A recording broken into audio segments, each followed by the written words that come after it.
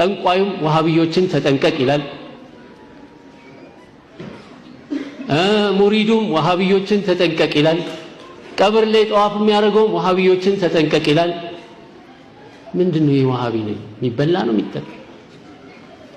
ተጠንቀቅ ይላል። ምንድነው እሱ? ምንድነው የሚሉት እነሱ?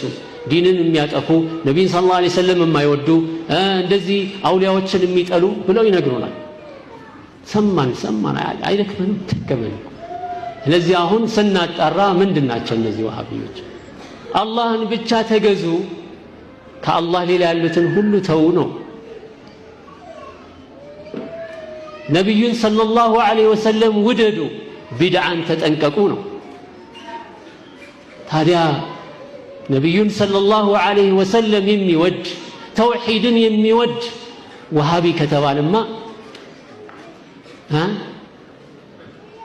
ይሄ ወሃቢ ከተባለ ታዲያ የመጀመሪያው እኔ ነኝ ማለት ነው። ግልጽ ነው አይደል?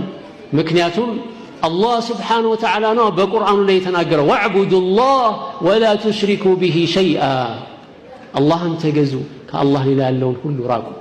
የአላህ መልእክተኛ ነብዩ ሰለላሁ ዐለይሂ ወሰለምን አላህ ተውሂድ እንዲያስተምሩ ሲያዛቸው ምንድን ያለው?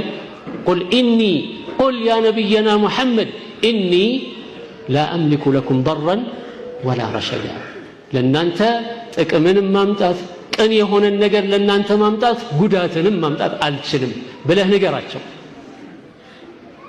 ቁል ኢኒ ለን ዩጂረኒ ሚን አላህ አሐዱን ወለን አጂደ ሚን ዱኒሂ ሙልተሐዳ። ይህንን ተናገር እያለ ነቢ ስ ላ ሰለምን ያዘዛቸው ማለት ነው። ታዲያ ከአላህ ሌላ ያሉ አካላቶች ምንም እንደማይጠቅሙ ደግሞ አላህ ራሱ ነገረን። ወለዚነ ተድዑነ ሚን ዱኒሂ ማ የምሊኩነ ሚን ቅጥሚር። ቅጥሚር የተምር ፍሬ ላይ ያለች ገለባ ናት።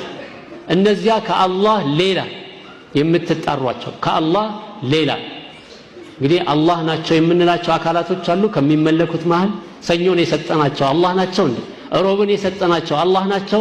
ሐሙስን እንደዚሁም ቅዳሜን የሰጠናቸው አላህ ናቸው? አይደሉም። ከአላህ ሌላ ያሉትን አላህ ከአላህ ሌላ ያሉት የምትማጸኗቸው ቅጥሚር የላቸውም። ኢን ተድዑሁም ላ የስመዑ ዱዓአኩም፣ ብትለምኗቸው ብትጠሯቸው ጥሪያችሁን የሚሰሙ አይደሉም። ወለው ሰሚዑ መስተጃቡ ለኩም፣ ቢሰሙም መልስ አይሰጧቸውም። ወየውመ አልቂያመቲ የክፍሩነ ቢሽርኪኩም፣ የቅያማ ቀን ደግሞ አናውቃቸውም ብለው ይክዷቸዋል በሰራችሁት ሽርክ። ስለዚህ በከንቱ ነው ማለት ነው በየቀብሩ የምንንከራተተው፣ በከንቱ ነው ማለት ነው ሰኞ ሮብ እያልን የምንኻድመው በህይወት ያለውን ለመቀለብ እንጂ እኛ